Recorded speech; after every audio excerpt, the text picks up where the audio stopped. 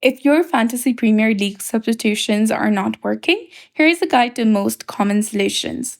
So, first, you need to wait until the game week is over. Automatic substitutions only happen after all games in the current game week have concluded. You also need to confirm the player's playing time. For an automatic substitution to occur, the starting player must have played 0 minutes in their match. And review your bench order as well. The system will bring you on the first eligible substitute list on your bench, and any substitution must result in the valid Fantasy Premier League formation, otherwise, it will not be made.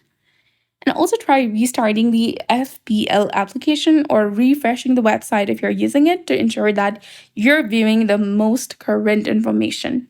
You can also open your App Store or Play Store according to your device, search for FPL application, click on it, then select Update if the update is available, and also allow time for server updates. Occasionally, it takes a short time for automatic substitutions to be processed on the servers after the final match of the game week. So that's it. I hope you found this video helpful. If you did, please like, share, and subscribe. Thanks for watching. We'll see you again in the next one.